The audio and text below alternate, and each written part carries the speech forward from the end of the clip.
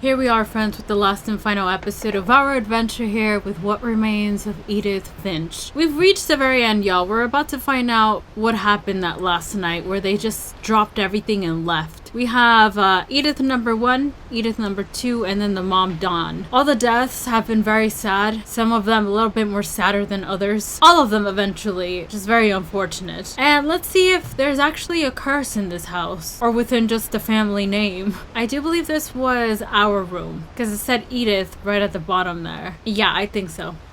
Let's find out, nonetheless.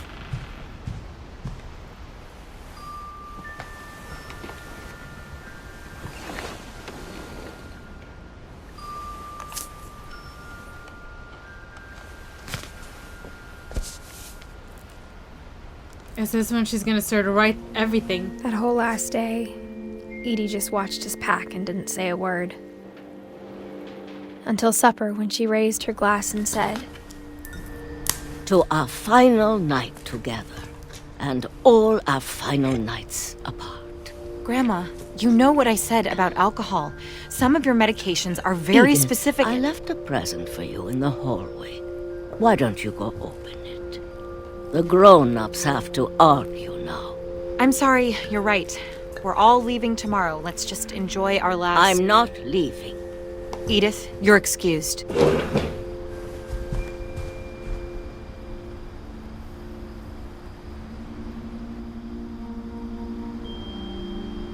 Where are we at? Oh. the power had been shut off that morning, but Edie always had plenty of candles. That's why there's no power. When my mom sealed the library, I don't think she knew about the other entrance. Oh, right. Or that Edie had a key to it. This is the beginning. Or the beginning of that. Oh. That one door that was sealed at the very beginning of the entrance. Does she even seal the That library? thing you're afraid of isn't going to end when you leave the house.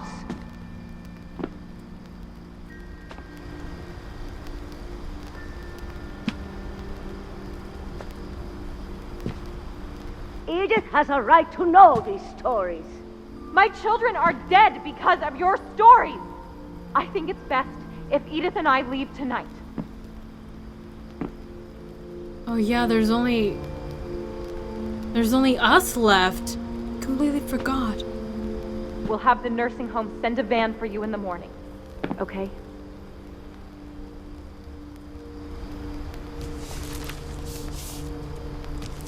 Dear Edith, there's so many stories I wish I could tell you, but there's only time for one. This is about what happened on the night you were born. That night, the tide went way, way out. It was the first and last time I ever saw the old house aground. There'd been an earthquake out in the middle of the ocean. They called it the lowest tide in 1,000 years. God, it smelled awful. You know, I've seen that house every day of my life.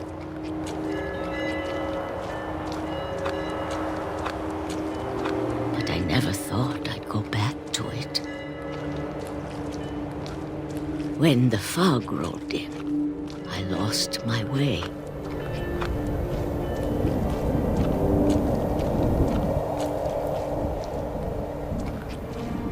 I got turned around.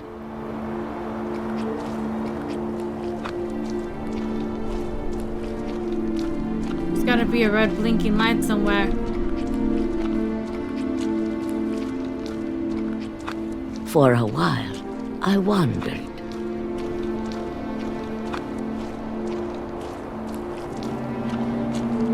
I started seeing things.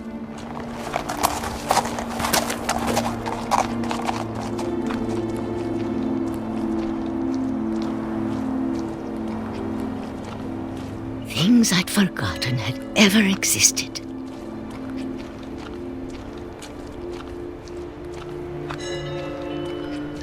But when I saw them, they felt like old friends.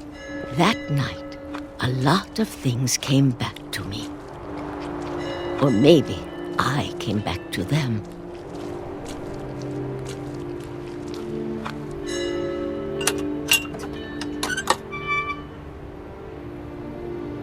Things I can't explain, but that I need you to try and... Edith, what are you doing in here?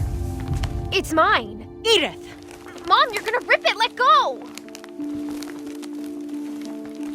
I kicked and screamed, but Mom dragged me to the car.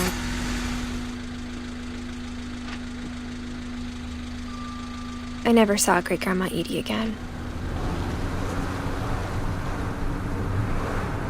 The next morning, the van came to pick her up, but she was already gone. After that, we moved around a lot.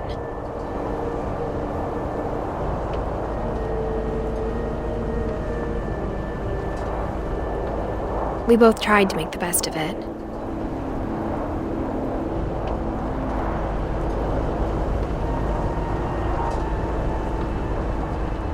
A few years went by.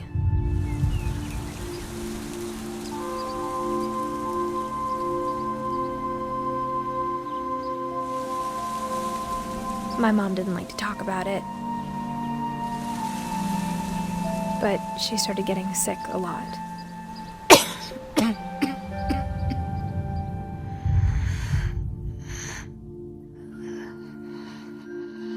She got better for a while, and then she didn't. And then I was alone.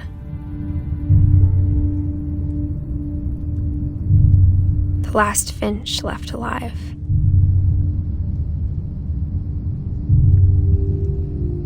Until I found out about you. I'm still not sure what to tell you about all this.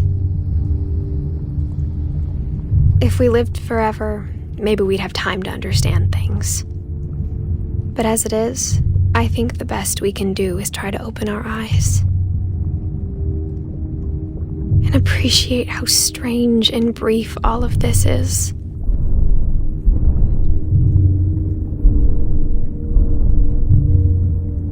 This journal was supposed to be for you, but now I hope you'll never see it. I just want to meet you and tell you all these stories myself. But I guess if you're reading this now, things didn't work out that way.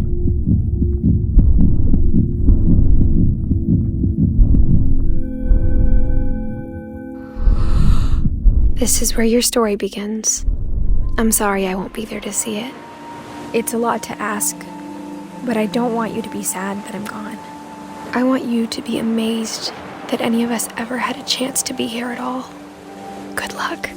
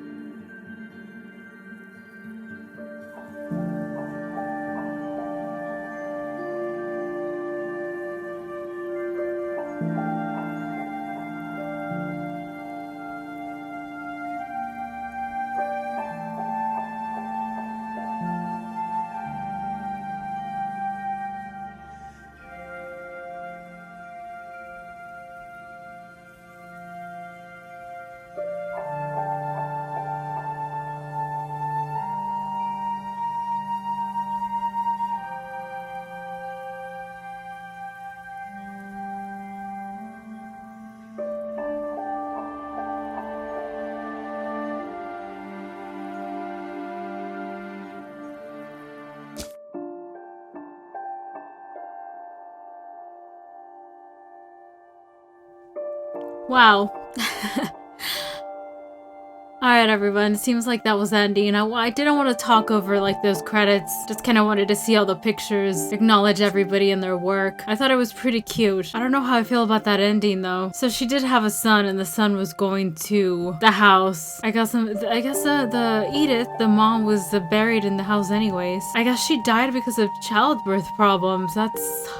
And the kid was left alone just like she did once her mom passed away. I am going to look it up and see what people are saying about this. Just curious. Also, I like how in the beginning they made us think that, you know, that was her. You're like, oh, there's a cast on the hand, and then she has those gloves or mittens or whatever, and it makes you think it is until she later mentions that, you know, she's basically reading the story. So somebody said here that I completely agree with, that a lot of the stories were told in a way where they almost sound made up, right? But there's some truth to it. Kind of like in the beginning with Molly. She ended up dying by falling out of her window. That's most likely what ended up happening. But something extra was always, you know, put into the story so it's not so depressing. And who's the one that came up with the stories was the great-grandmother, Edith #1. And grandmas are like that actually.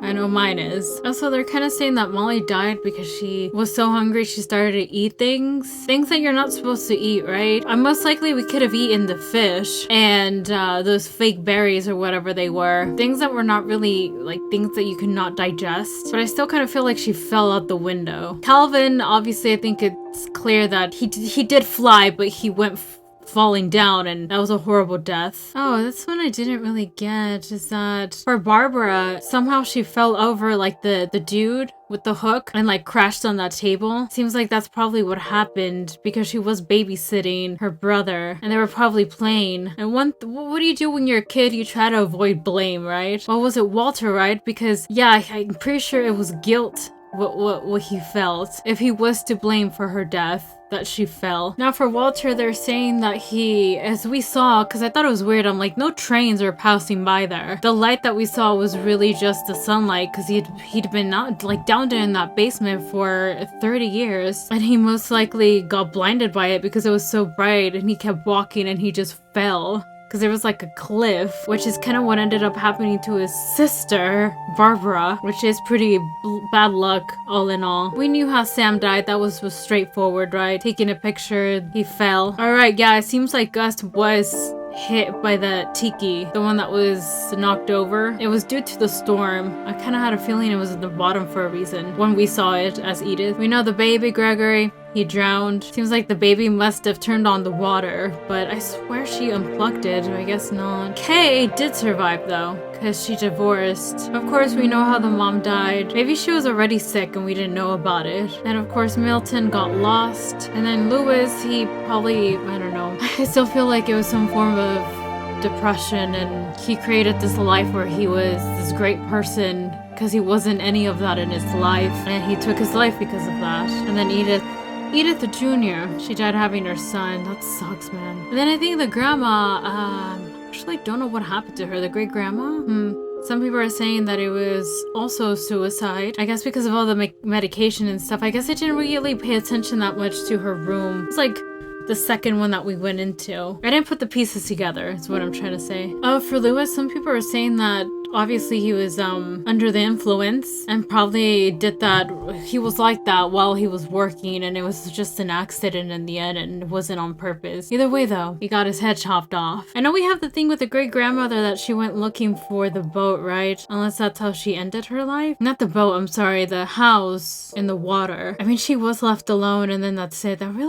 That sucks, man. Let me look up a couple more. Was it really a curse? Yeah, some people are saying that it wasn't really necessarily like a curse. Here's the thing, like when somebody says something and you start to believe it and then you make others believe it, it's not necessarily true, it's just your own belief of it. It's true to you, but overall it just feels like a series of bad luck. You know, law of attraction, all of that, if you guys believe that. I know I do. And almost everybody was a little bit paranoid with that. And that's why the mother in the end was saying that they're all dead because of her stories. Oh, and I guess the son's name is Christopher. Well, hopefully the son, Christopher, does not get part of that bad luck, but she did pass on the stories. So if we're going off of law of attraction and stuff, hopefully he's not there like, ugh, I'm next, you know? Because then you start to attract things like that. Alright, well, I'm just gonna leave it like that. Overall, it was just a series of unfortunate events for all these family members. I do kind of feel for all of them, you know, even Edith. I don't think she made it that far. I feel like she was pretty young, because they're saying that she had a baby in 2017. How old was she? She had a baby pretty young. She was only 18, and then she died.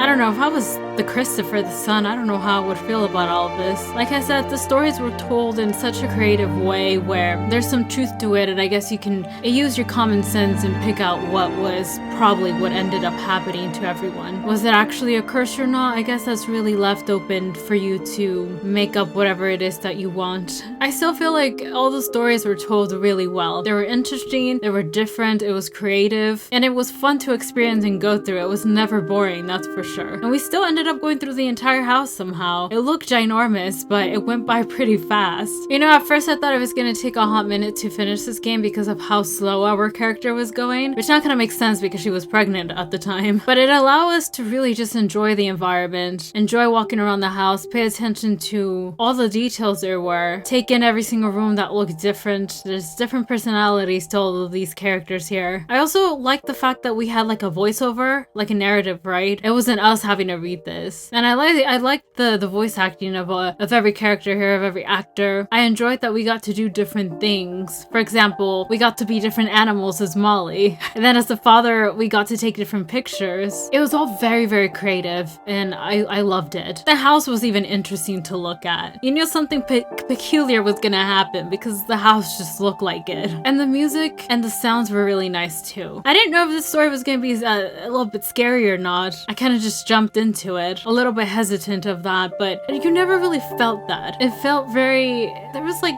a sadness to it. A house that was just kind of left like that. And like I said earlier at some video, I mentioned how you're seeing everything through pictures, through memories, and you only get a glimpse of everybody. And you get some sort of feeling seeing this family as like a third person party viewer. You kind of just feel for them. Feel for what happened. And if that's the feeling that they were trying to accomplish, I feel like they did a really good job on that. And I especially love the way that you never miss something, right? It's not necessarily open world, but you could start in different directions, I guess. But eventually, I think it should lead you to the very end. Like once you go outside, I don't think you can come back inside. Like once you go outside, that's it, you're making it up, and it kind of goes from there till you reach the very end. But yeah, everybody, I really liked it. If you haven't played this, I recommend. If you have played it, and if you've watched this adventure from the very beginning up till now, what are your thoughts and opinions about this story? What do you think actually happened? Because all in all, we're not really told exactly what happened, right? We can just put the pieces together, kind of guess. Did Molly get some kind of food poisoning and died and choked? Or did she fall out the window? Or did she actually turn into a cat and all those animals?